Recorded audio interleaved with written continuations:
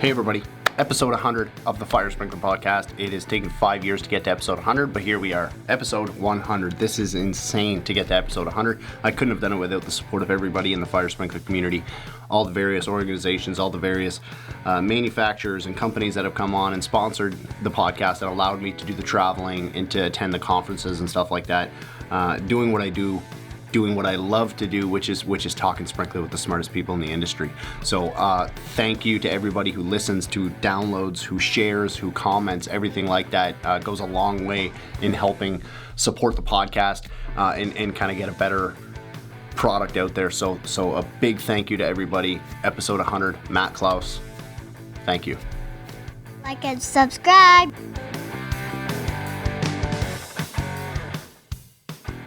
Hey everybody, thanks for tuning into this 100th episode of the Fire Sprinkler Podcast, and we got a good one today. Matt Klaus from NFPA. Matt, how's it going today?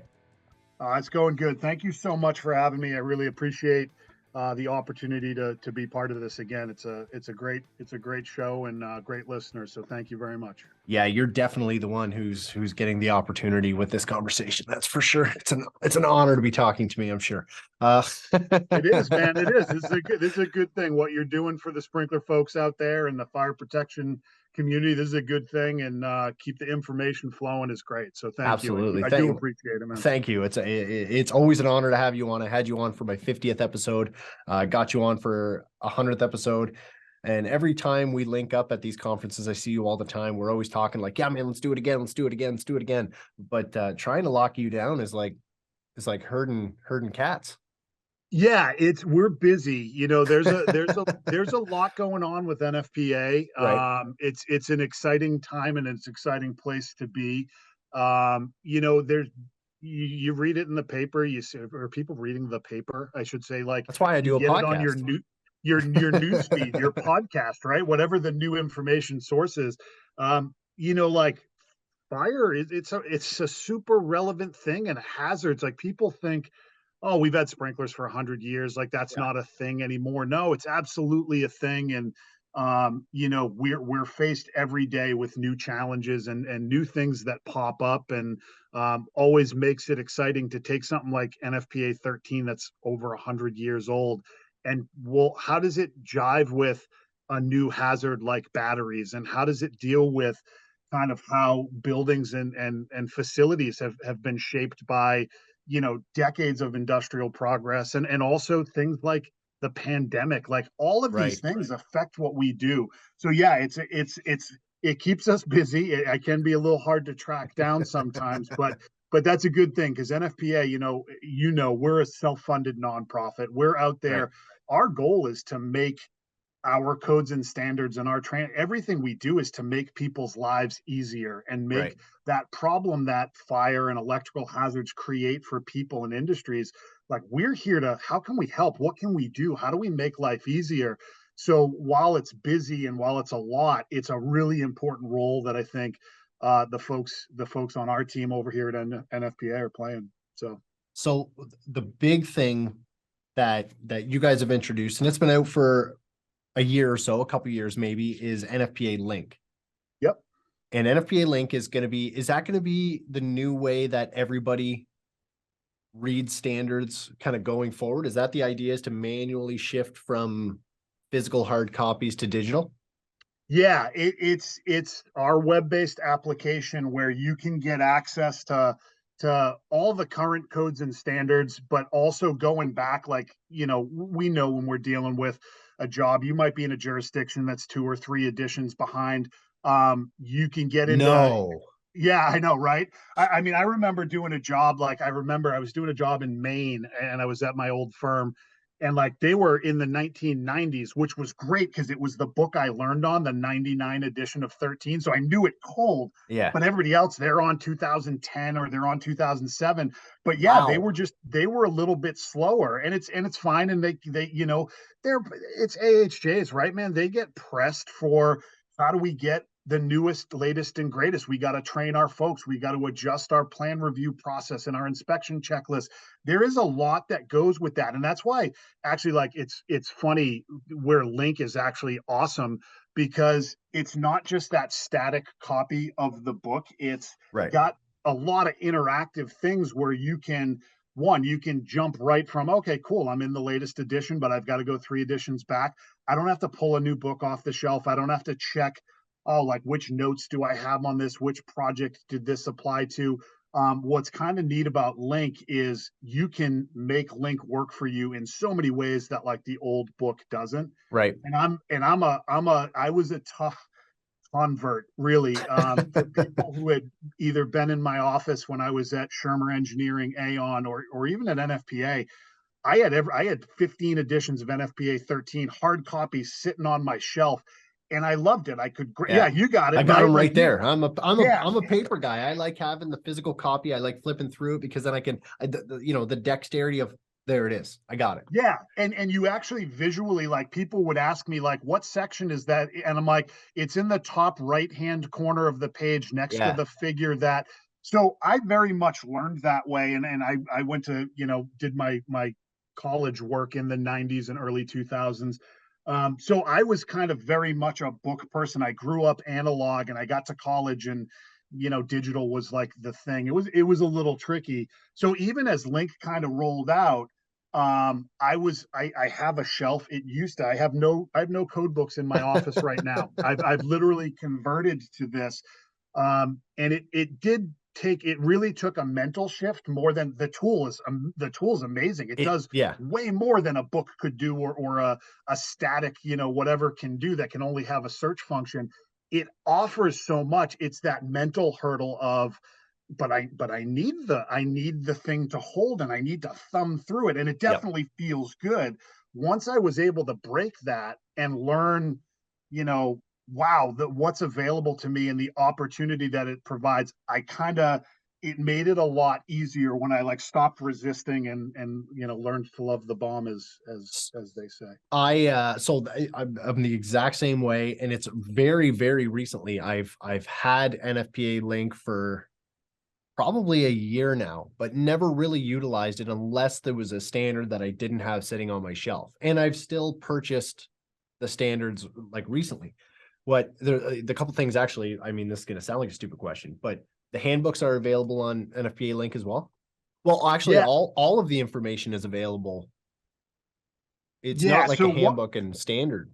Yeah, so exactly what you see when you get into Link, and this is what we call enhanced content, and why it offers so much more opportunity than just like a PDF of the book, is it can pull in different things like commentary, and you get commentary that maybe it used to be in what we called the handbook, and you can still buy the handbook. Again, there's value to everybody learns differently, and I don't want to say if you like books, listen, I'm old in this world, and I did it that way, and it took a little bit of time, but there's still value in it. So we do have the handbook. If that's your thing, it's great.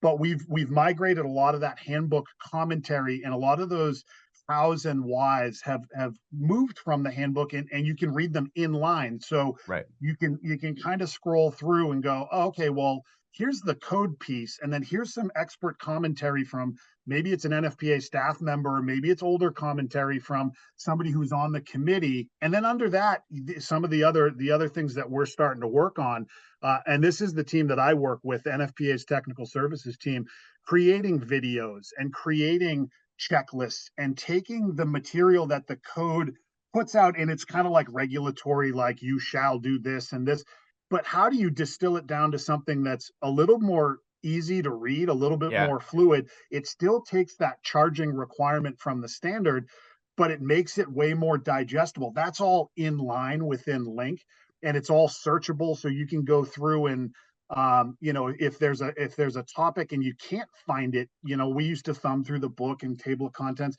The searchability of it is fantastic, and you're able to kind of more quickly get to the what's the thing I'm looking for, and how do I find it, not just like the one occurrence, but maybe it shows up 3 or 4 times and I've got to sift through it. It gives you a really nice, easy kind of display to use.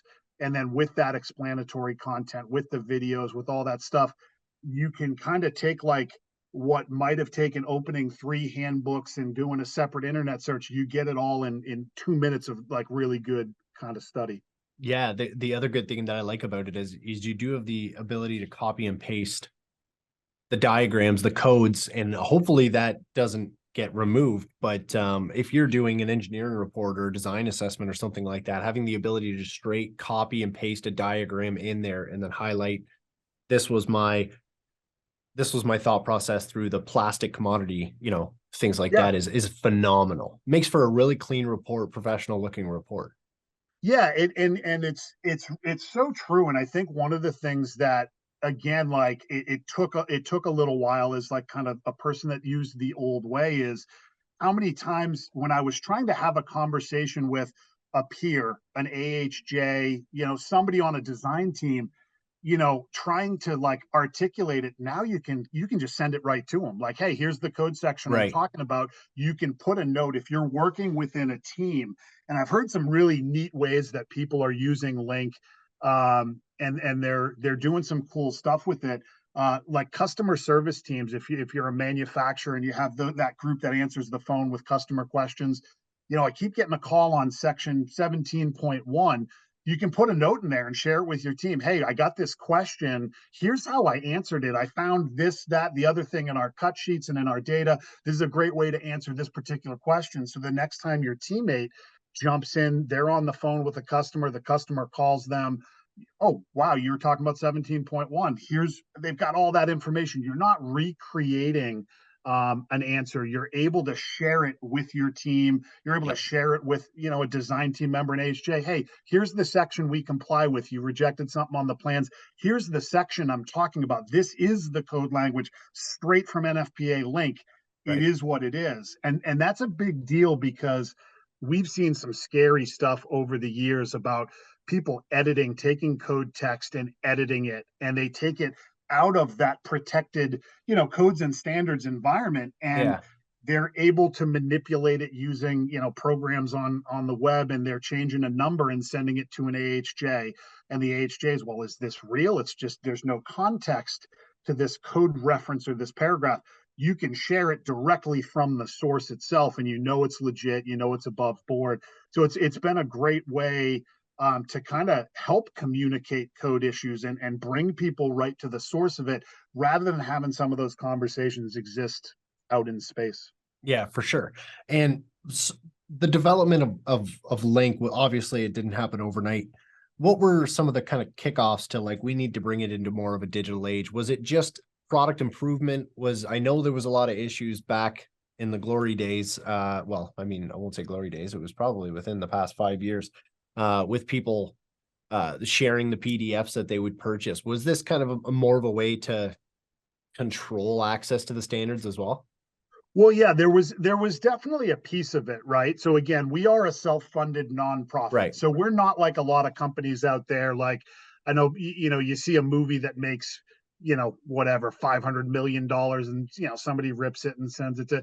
We're not that outfit, right? Like, Right. what we're trying to do is we're trying to create codes and standards and constantly improve them. To do that, yeah, you do need to have revenue that drives that mission, and that's an important thing to us. So a part of it was absolutely that kind of like pirating of content. And we've also seen, like I said, some really dangerous stuff. We've Yeah. seen in different countries, people taking a PDF is an incredibly easy thing to edit, despite all the different layers of security you can put on it. We've seen some magicians out there creating their own version of an NFPA code, but they leave the NFPA logo on it, and they leave the NFPA trademark, and it looks a hell of a lot like an NFPA code or standard, but the numbers have changed, requirements have been moved around. I actually had somebody show me a plan reviewer show me a picture of a plan where somebody took the PDF and edited the text and copied and pasted it onto the plan and represented it to the AHJ as NFPA content. So there's a bunch of Wow. stuff, whether it's and like, listen, that's part of the digital age, right? Like, if there's a good thing that's happening, somebody's going to try to do something bad with it. It's just, that's the nature of the world, and Yeah. it is what it is. So those were a part of it. The other part of it, though, was, to your point, is we are in a new kind of climate, in a new world, and everybody's carrying around this, the world's greatest computer in their pocket, right? With their Samsung phone, their iPhone, their Google phone. It's got all this great capability. We found that the younger generations, that's their go-to. They're not buying books, they're not using books. So we had to build something, whether you're using a laptop, a tablet, a phone, whatever your device. We needed this platform, this application that we put together to be usable for that next generation of people who use media differently. And not only, like I find it funny. I do travel a lot and I talk a lot, and people, oh, my PDF's gone. Like, I get it. Like, I hear you. We hear you. Um, but man, what Link is able to do is, like, it just destroys what a PDF can do.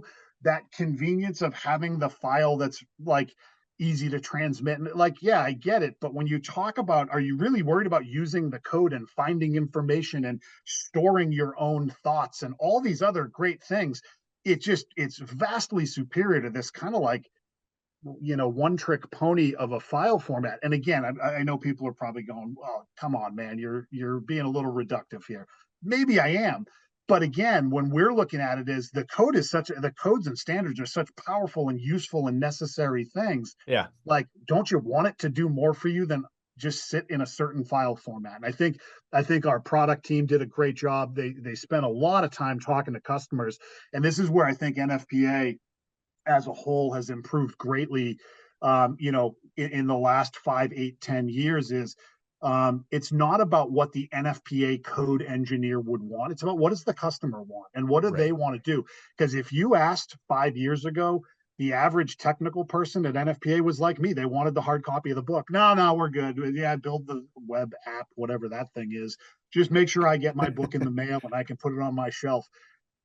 We might have thought that, and I might have been banging that drum louder than anybody. But the reality is, where the markets are going, where the consumers are going, like, it is the right thing, and the feedback has been fantastic. So are all of the standards, including the new ones that are going to be coming out, are they all going to be available through NFPA Link? The new fire protection handbook, which I just got and is sitting on the shelf over there, is that going to be available on NFPA Link as well? That's a to be determined. Some of the non-codes and standards products, the way they're developed, and there's some different systems in how we develop manuscript for different things. Mhm.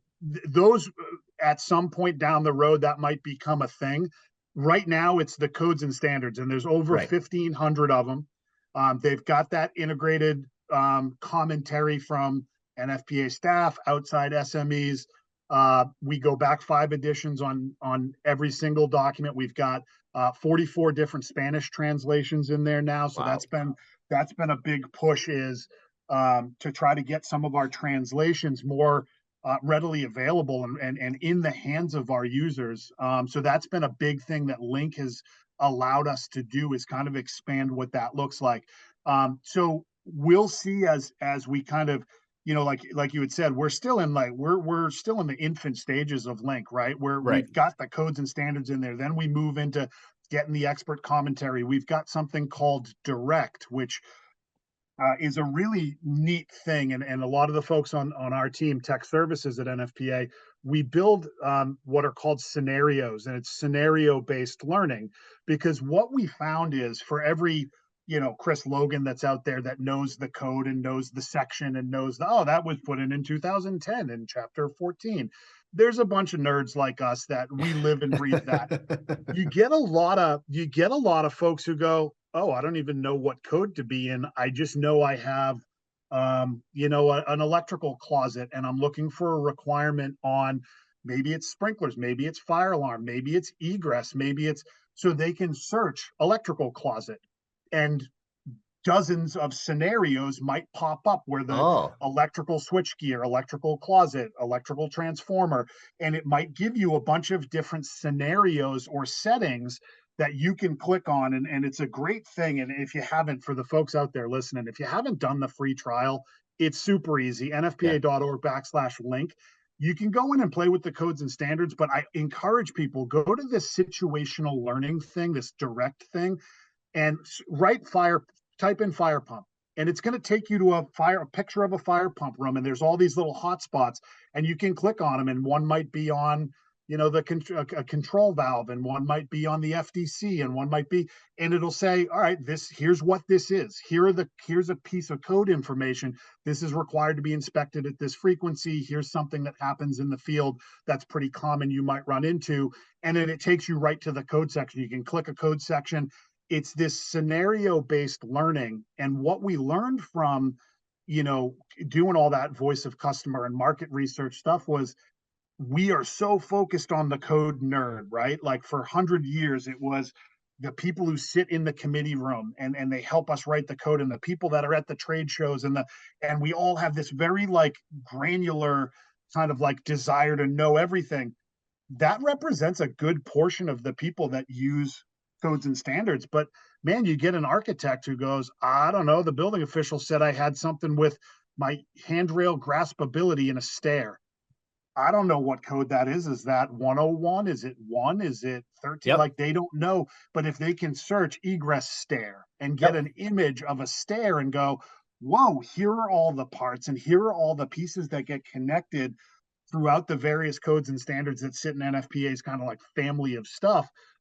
It's a very different way to look at it. And again, you start off a little bit skeptical, like, oh, everybody knows what a fire pump is. Everybody knows. One of our guys, Sean Mahoney, who's in tech services, put a great little thing together, and it shows all the different mounting heights. It's a wall with a door. It shows all the mounting heights of fire alarm devices, pull stations, horn strobe assemblies, and it just shows the dimensioning, and you'd be amazed. It's a very fundamental, very back to basics type thing. People go bananas over it. It's one spot where I can look at the installation, mounting height, back box, location scenario, all in one thing. Yeah. It's spread out throughout the code in various, sections and chapters. But man, we can search for fire alarm mounting heights and get all that data all at once. So stuff you just can't get out of a book or a static thing. The Link allows you to do a lot of that. I was popping up as you were saying fire pumps, as you were emergency egress. That's what I was looking off and popping up, and the amount of information that you can get with that just by searching in basically the homepage. Everything that pops up is ridiculous. And I was the same way as you. As I had my subscription for over a year, was paying for it for over a year, and was completely underutilizing it until I was talking to a fitter in the States, in Ohio, and he's like, "Oh boy, this is good, man. You should be using this." And I'm like, "Oh, do you think so? Like, it's, I'd rather flip my book." And he's like, "I'm telling you, imagine being at a meeting and then something changes and you have to look something up right away, and it's on your phone." Now, there isn't currently a straight app for it. It is still web-based. Is there intentions with going to an app? Yeah. So right now, you're right. It's a web-based application.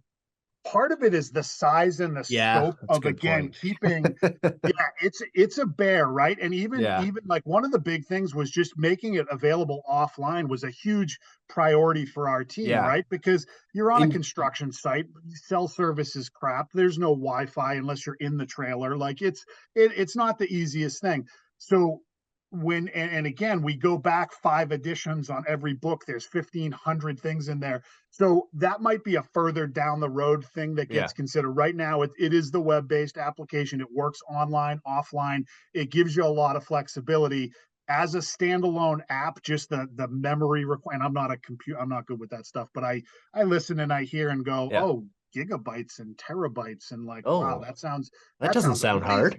Yeah, like I don't know the size and scale of like a regular file, so like I'm not the right person to ask there. But yeah, no, it is something where I think, to your point about being able to quickly in one tool scan so much information, like I joke where you can tell the older code users, like they know location has meaning, and if it's a subsection of this and it's in this chapter, it only applies here. One of the things that when I teach, whether it's at a trade show or at, Worcester Polytech, wherever I was, is like location does have meaning, and the control F'ers out there are dangerous, right? You hit control F, you find something, and it can lose context really quickly, and it can lose its place in the standard. One of the great things about Link is the way it presents those search results. It lets you more easily maneuver through the hierarchy to slip back and go, okay, I found the word I'm looking for, whatever I'm looking for. I found it. Well, where does it sit? What is it embedded under? And it allows you to get that context a lot quicker than just, doing a control F, finding the word, and you're just now all of a sudden you're just central to it kind of on your screen. So I think as again, like we deal with the control F generation, right? Like that wasn't a thing when I learned books. You went to the table of contents and you went to the index and you had to, you really worked for it. You had to find the information. You earned your time in there. This actually allows people to be quick, but also not lose that context. And I think that to me is like it's a thing I'd worried about. And I remember at WPI, I would teach classes there, and they literally, I'd say a word and they'd hit control F and they'd try to find it. And I'm like, but what does that apply to? Right. Yeah. And it became something that worried me. And I became known for referring to those people as control Fers. But I'm like, now I'm less worried. If you're in here, that context kind of comes with you. And I think I think it's kind of an important thing that I was nervous about because I'd seen too many mistakes. Well, I found the thing that says ESFR. Yeah, but that chapter doesn't apply to you. You're not even supposed to be there. You just found it haphazardly. You found it because you were looking for it. That's it. Yeah. That's it. Does it kind of suck a little bit now, getting a little bit away from NFPA Link, but also directly into NFPA Link? Your name has been at the front of NFPA 13 for how many years now? Since 2010, 2013? Yeah. So I worked with the committee for a few cycles, and then we've had other folks jump in, and Chad Duffy, Canadian Seneca guy, awesome. He's been running that show, and now he's got some folks jumping in. So yeah, I've been involved in the sprinkler thing for 13 years now. So, but less so lately. Now those guys do an awesome job. The Chads and Tom and those guys, they don't need me. They're amazing. So does it kind of lose when you switch? If the eventuality is that everything's going to go to NFPA Link, your name's not going to be at the front of the book because there's not going to be a book.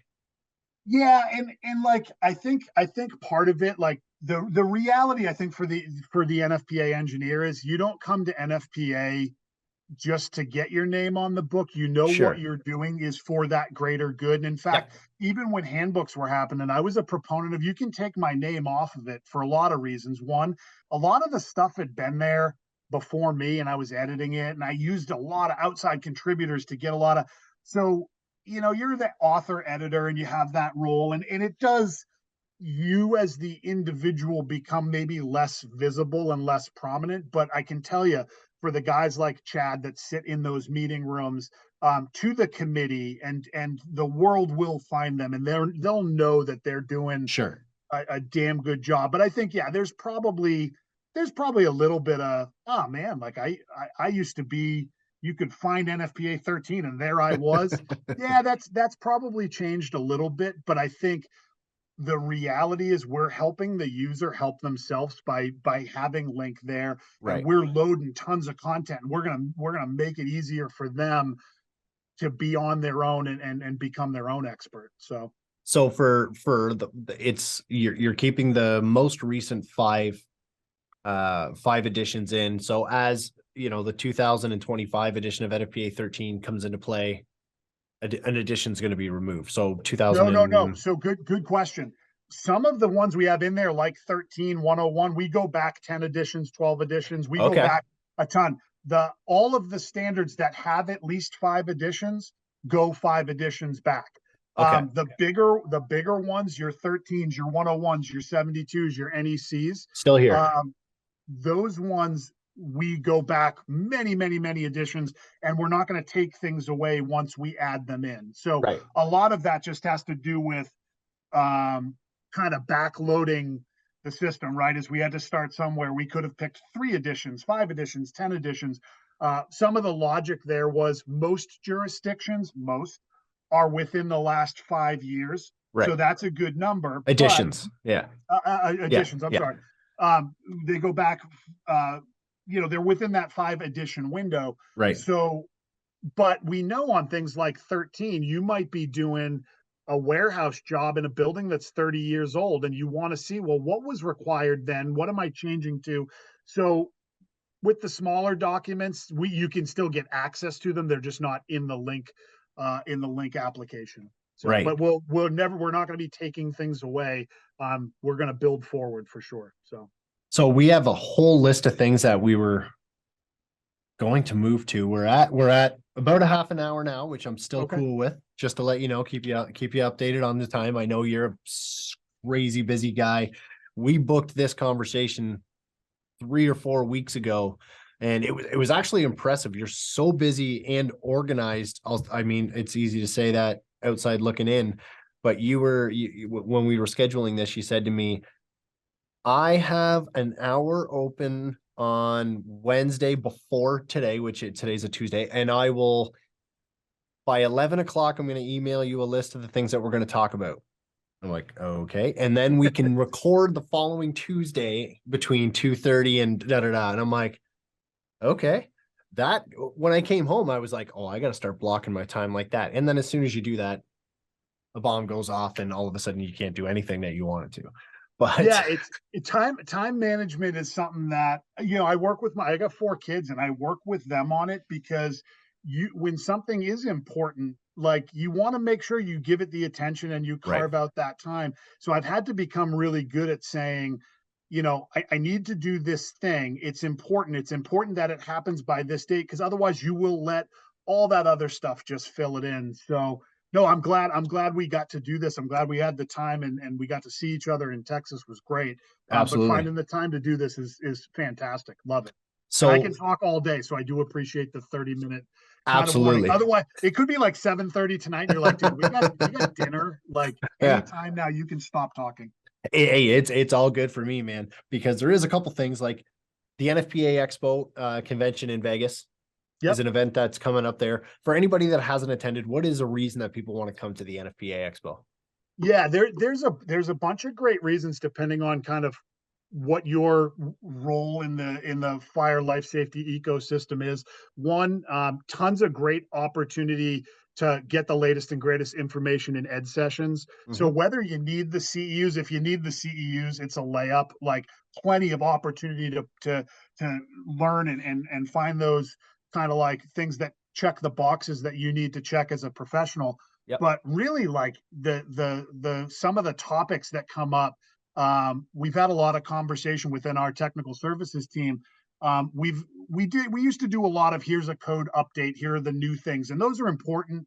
But now you're hearing a lot of stuff about batteries, right? You're hearing a lot of what are people struggling with in the world? A lot of issues in the healthcare world. We got a lot of healthcare programs this year. Automated storage, retrieval systems. Yeah. What's great about Conference and Expo is, again, I mentioned his name. Sean Mahoney's a guy on our team, and he's responsible for executing that kind of process for determining, like, what are good topics, what is on the tip of everybody's tongue. It's not just, all right, what are we going to roll out this year? There's just an immense amount of work and thought and like customer interaction and learning what's next and what's new. So that's a great thing.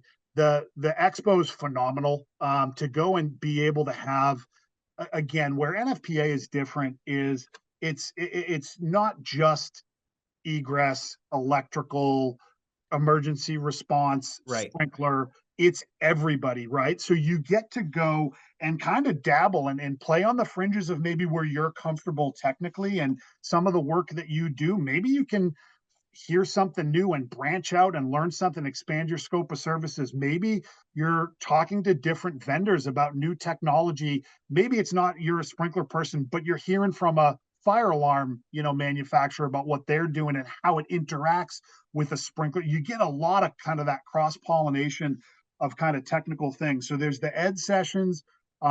There's kind of being in the expo and really, just the networking. I The was networking joking. is huge.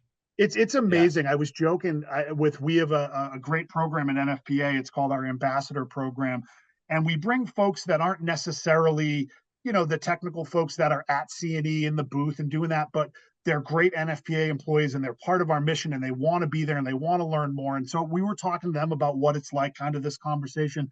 And I said, you're going to probably end up playing Walmart greeter for a while. Is just, you're going to find a spot, and there's a spot at Mandalay Bay. I stand at the bottom of an escalator. Somebody's going to stop me and I'll be there for an hour. And it's a really important thing because as I'm talking to one person, somebody will stop and wait. And I haven't seen them for 2 years. And then somebody else, and I'll stand there and I love it.